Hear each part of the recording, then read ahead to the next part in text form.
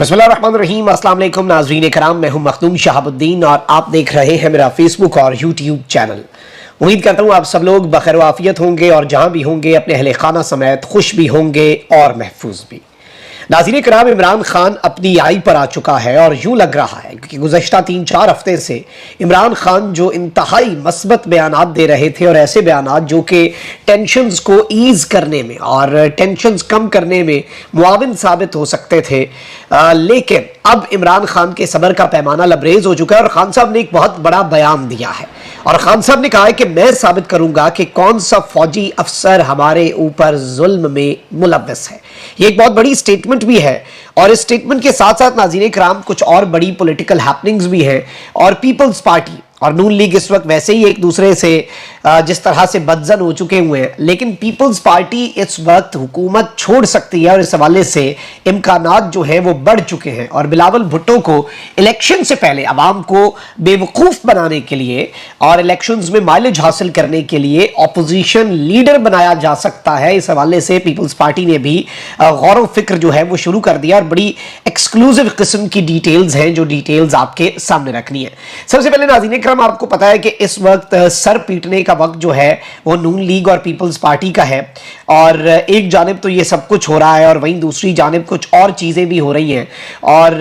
इस्तेहकाम Pakistan party का क़याम ही इन लोगों के लिए दर्द सर बना हुआ है और इन्हें लग रहा है कि जी इमरान खान और एस्टैब्लिशमेंट की लड़ाई के अंदर हमने तो वाहिद ऑप्शन बचना था, हमने तो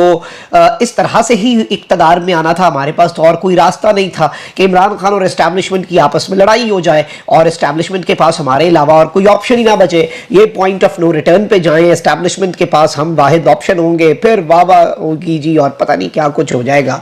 अच्छा, एक जानिब तो ये एक दूसरे को शक की निगाह से देख रहे हैं कि जी नून लीग को लग रहा है कि पीपल्स पार्टी जो है वो कोई गेम कर जाएगी और इस्तेहकाम पाकिस्तान पार्टी बनाई इसलिए गई है ताकि वो सारा वजन पीपल्स पार्टी के पलड़े में डाल दिया जाए। वहीं जहांगीर तरीन साहब जब लंदन गए हैं तो जरदारी साहब ने कॉल करके नवाज शरीफ साहब को कहा कि नहीं इस्तेहकाम पाकिस्तान पार्टी वालों से ना मिले, हमारे बयानिए को नुकसान होगा, ये किंग्स पार्टी है, ये तो जमहूरियत के बड़े खिलाफ चली जाएगी बात, ये हो जाएगा वो हो जाएगा। आप समझ जाएं कि एक दूसरे को रोक भी रहे हैं और अजीब व गरीब सी स्टेटमेंट्स दे रहे हैं, कन्फ्यूजन का शिकार है। अब यहाँ पर नफसा नफसी का आलम तो होना है क्योंकि अब इंतखाबात होने वाले हैं और इंतखाबात जो है उनके अंदर इन्होंने कोई बयानिया तो लेकर जाना है। अब हबीब अकरम साहब सीनियर साफ़ी हैं, हमारे बड़े हैं, हमारे सीनियर हैं, उन्होंने एक दावा किया है और उन्होंने कहा कि बिलावल भुट्टो जरदारी साहब जो है उन्होंने अपने करीबी शख्स के साथ ये बात कही है उसे और उससे ये बात की है कि जी हम हुकूमत छोड़ने पर इस वक्त गौर कर रहे हैं। और देखें ना, छोटे छोटे मसले जो हैं वो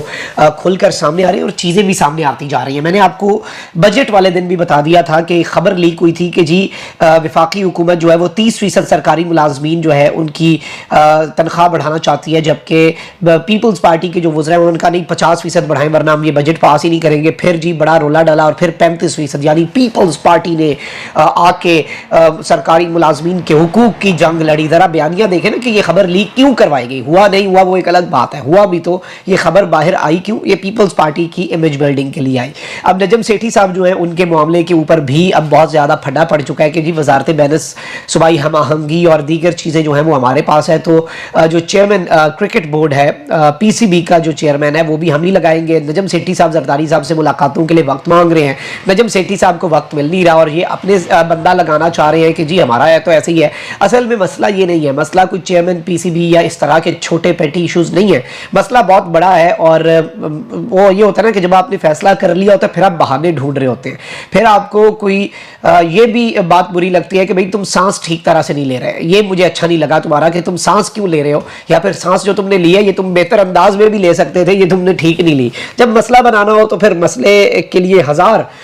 ऑप्शंस होते हैं, हज़ार तरीके होते हैं, हज़ार बातें होती हैं, हज़ार बहाने होते हैं, हर तरह से सब कुछ किया जा सकता है, ये कोई नई चीज़ नहीं है। लेकिन अब यहाँ पर खबर यह है कि जी बिलावल भुट्टो जो है वो आने वाले दिनों के अंदर, ये पॉसिबिलिटी है, ये कंफर्मेशन नहीं है। अभी अकरम साहब ने भी कहा है कि वो अभी इस चीज़ को डिस्कस कर रहे हैं और उन्हें ये लग रहा है कि जी पंजाब में इंतखाबात में भी और सिंध में बिलखुसूस और कराची में इस हुकूमत के अंदर रहकर हमें नुकसान हो रहा है। मैंने आपको पहले दिन बता दिया था 1 साल पहले कि जी नून लीग को आगे करेंगे, सारे फैसले इनसे करवाएंगे, अवाम का अताब जो है वो नून लीग के ऊपर बरसेगा और पीपल्स पार्टी को मक्खन पर से बाल की तरह अलग कर लिया जाएगा, पीपल्स पार्टी इसमें हीरो बन जाएगी। बिलावल भुट्टो साहब वजारत खारजा से इस्तीफा दे के ऑपोजिशन राजा रियाज जैसे बंदे से भी वो होगा। और इस सब के अंदर क्योंकि ये एक दूसरे पे ट्रस्ट इस वक्त कर नहीं रहे, और मैंने जिस तरह आपको अपने इब्तदाइये में भी बताया और पहले भी बता चुका हूँ कि एक कमरा है जिसमें नून लीग भी है, PTI भी है, नून लीग भी है, पीपल्स पार्टी भी है,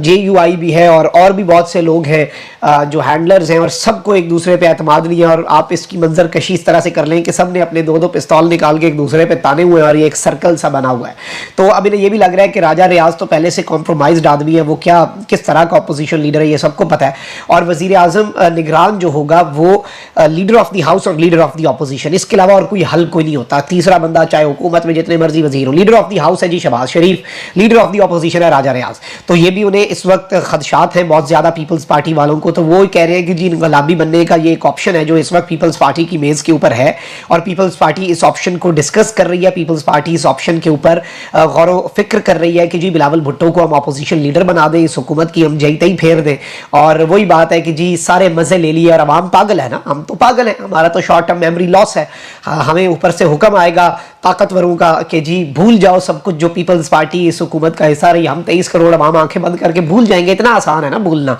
ये इतना आसान भूलना होता तो फिर इमरान खान कोई सब भूल चुके होते। ये 90 की दहाई तो है नहीं, सोशल मीडिया का दौर है और इनके सारे बयान जो है वो सामने लाए जाएंगे। लेकिन अगर ये इस तरह का एडवेंचर करते हैं, मैं जाती तौर पर समझता हूँ ये अवाम और ज्यादा गुस्सा ना कर जाए कि भाई हमें पागल बना रहे हो, एक तो हमारे ऊपर जुल्म करते हो, एक तो हमारे ऊपर महंगाई का तूफान तोड़ते हो, एक तो हमारी मैशत का बेड़ा गर्क करते हो, अपने केसेस माफ करवाते हो, अपने लिए NRO लेते हो, उसके बाद हमें पागल भी बना रहे हो, हमें बुद्धू भी समझ रहे हो, हमें बेवकूफ भी समझ रहे हो, हमें अहमक भी समझ रहे हो। तो मैं समझता हूँ ये अवाम के जज्बात के साथ खिलवाड़ होगा अगर ये इस तरह से पीपल्स पार्टी ये स्टंट पुल करती है, जो कि ये सोच रहे हैं कि ये करेंगे। अब करते या नहीं करते वो एक अलग बात है, लेकिन ये चीज जो है ये हाई लेवल पे डिस्कस होना शुरू हो चुकी है। अच्छा भाई, दूसरी जानिब कुछ और चीजें भी हैं। आप देखें कि मुस्लिम लीग नून के सदर और वजीर आजम शहबाज शरीफ ने खैबर पख्तूनख्वा की जो सूबाई क़यादत है, जो PMLN की, उन्हें हुकूमती इत्तेहाद के खिलाफ बयानबाजी से रोक दिया है। और शहबाज शरीफ की ज़ेर क़यादत एक इजलास हुआ जिसमें मुस्लिम लीग नून के सूबाई सदर अमीर मकाम, वफाकी वजीर मुर्तज़ा जावेद अब्बासी और दीगर रहनुमा शरीक हुए। और क्योंकि ये बहुत ज़्यादा बयानात दे रहे हैं और हुकूमत जो है उससे मुतल्लिक भी और सूबाई हुकूमत के मुतल्लिक भी अपने तहफ़्फ़ुज़ात से वज़ीर आज़म को ये आगाह कर रहे हैं, और ये हुक्मरान इत्तेहाद के खिलाफ जो स्टेटमेंट्स हैं वो भी दे रहे हैं। तो शहबाज शरीफ साहब घबरा गए हुए, उन्होंने कहा कि भाई स्टेटमेंट्स ना, तो ये ना हो कि वो यही बहाना बना के निकल जाएं, और वो तो तैयारी पकड़े हुए हैं। अच्छा वहीं दूसरी जानिब मैं आपको ये भी बता दूं कि एक और खबर ये भी है कि पाकिस्तान तहरीक इंसाफ के सरबराह इमरान खान साहब जो हैं उनकी तबीयत नासाज हुई है। मीडिया रिपोर्ट्स में बताया गया है कि साबिक वज़ीर आज़म को बुखार और थकन की शिकायत है। इमरान खान की गुज़िश्ता रोज़ इस्लामाबाद से वापसी पर तबीयत नासाज हुई। डॉक्टर्स ने चेयरमैन PTI को आराम की हिदायत की है। और इमरान खान सुबह 4 बजे निकले, लाहौर पहुंचे, फिर लाहौर से 8 बजे निकले, रात को 1-2 बजे पहुंचे। तो यही होता है, ये उम्र भी खान साहब की आपके सामने है। और इमरान खान साहब मुसलसल कई घंटे जो हैं वो अदालतों में मौजूद रहे, फिर पेशियों के अंदर, और फिर अपने सारे JITs और दीगर चीज़ें जो हैं वहाँ पर खान साहब जो है वो पेश रहे। अल्लाह ताला खान साहब को सेहत अता फरमाए। थकन है और ज़ाहिर बात है एक एज का कंस्ट्रेंट तो होता ही है ना, जितना मर्जी बंदा फिट हो, एज तो रियलिटी है, एक वो बहुत बड़ी हकीकत है जिसे इंसान जो है वो नहीं झुटला सकता। अच्छा वहीं दूसरी जानिब एक JIT की बात हो रही थी, और मैंने पिछले वीलॉग में भी आपको बताया कि खान साहब का उस पर रद्द अमल आना है, और मैं अगले वीलॉग में या अगले 1-2 वीलॉग के अंदर अंदर, क्योंकि हमें पता चला था कि PTI की तरफ से यह रद्द अमल आ सकता है खान साहब की तरफ से, तो वो आपके सामने मैं रख देता हूँ। और जो JIT है उसके हवाले से ये कामरान शाहिद जो हैं उन्होंने भी दावा किया, और खान साहब ने वही स्क्रीनशॉट लगाया जो खान साहब पे इल्ज़ाम लग रहा है कि जी क्वेश्चन पहला खान साहब से ये हुआ कि do you own your videos, क्या आप अपनी वीडियोस के ऊपर डटे हुए हैं, क्या आप ही हैं? ये खान साहब ने कहा yes. Do you have any proof of allegations, क्या आपके पास अपने लगाए गए इल्ज़ामात का कोई जवाब है, कोई प्रूफ है? खान साहब ने कहा no. General Faisal Naseer directly threaten you, क्या जनरल फैसल नसीर ने आपको डायरेक्टली थ्रेटन किया? इमरान खान साहब ने कहा नहीं। Then why you levelled allegations against him, ये सवाल पूछा गया। खान साहब ने कहा कि समवन इन्फॉर्म्ड मी, मुझे किसी ने बताया। क्वेश्चन ये पूछा गया कि any proof to justify your allegations, और खान साहब ने कहा नहीं, मेरे पास कोई ऐसा सबूत नहीं है कि मैं अपनी लगाए गए इल्जामात को जस्टिफाई कर सकूं। अच्छा अब खान साहब जो है उन्होंने इसके ऊपर रद्द अमल दे दिया है, और खान साहब ने इसके ऊपर अब ना सिर्फ जवाब दिया है बल्कि बड़ा वाज़ेह जवाब दिया है। खान साहब ने सबसे पहले तो लिखा है कि जी जो खान साहब के एग्जैक्ट अल्फाज हैं, सबसे पहले तो मैं जो कुछ वीडियोस में मैंने कहा मैं उस सब की तस्दीक करता हूं कि मैंने ही कहा, और मैंने ही जो जनरल साहब हैं उनके ऊपर इल्ज़ामात लगाए, और मैंने ही कहा कि वो मेरे कत्ल के अंदर मुलविस है। खान साहब 3 लोगों पे FIR वज़ीराबाद वाक़े के बाद दर्ज करवाना चाहते थे, शहबाज शरीफ, राणा सनाउल्लाह और एक मेजर जनरल जो हैं जो DGC हैं पाकिस्तान पाकिस्तान की जो प्रीमियम इंटेलिजेंस एजेंसी है ISI उसमें। तो इमरान खान साहब ने मजीद लिखा, सवाल तो यह है कि जब मैं जनरल फैसल नसीर के खिलाफ मुकदमा तक दर्ज नहीं करवा सका, जिसके बारे में मुझे इल्म था कि वो राना सनाउल्लाह और शहबाज शरीफ के साथ मुझ पर कातलाना हमले के मंसूबे में ही नहीं बल्कि इस हमले के बाद मुश्तरका तहकीकाती टीम JIT जो इस नतीजे पर पहुंची कि हमले में 3 हमलावर थे कि तहकीकात को सबूताज यानी कि कवर अप करने में भी मुलव्वस था, तो मैं शवाहिद कैसे मुहैया कर सकता हूँ। खान साहब ने कहा कि मेरी FIR तो दर्ज करो ना, जब FIR दर्ज होगी तो मैं शवाहिद जमा करवाऊंगा। और खान साहब ने एक और एलिगेशन भी लगाई। खान साहब ने कहा कि वो मुझ पर कातलाना हमले के मंसूबे में शहबाज शरीफ, राना सनाउल्लाह और ये मेजर जनरल नहीं बल्कि उसके बाद जो एक JIT बनी और जिस JIT ने ये नतीजा अखज़ किया कि 3 लोग इमरान खान के ऊपर अटैक कर रहे थे, एक नहीं था, तो उसकी तहकीकात को सैबोटाज करने की और उस पर कवर अप करने की कोशिशों के अंदर भी ये साहब जो है ये मुलव्वस थे। ताहम अगर कभी मामले की आज़ादाना तहकीकात की गई तो मैं साबित करूंगा कि ये शख्स हमारे शहरियों के खिलाफ बदतरीन जराइम में मुलव्वस रहा है। खान साहब ने कहा कि अगर तहकीकात होती है और आज़ादाना तहकीकात होती है, जिन तहकीकात के ऊपर मुझे ट्रस्ट है, तो मैं बताऊंगा कि ये शख्स यानी खान साहब ने आज एक स्टेप आगे बढ़ के कहा है कि हमारे शहरियों पर बदतरीन जुल्म जो है वो भी यही शख्स कर रहा है। यानी कि ये एक इंडिविजुअल जो है ये सिर्फ मुझ पर कातलाना हमले और मेरी JIT की तहकीकात जो है, I am quoting Khan sahab ने ये बात कही है कि सिर्फ उनमें मुलव्वस नहीं है बल्कि ये शख्स जो है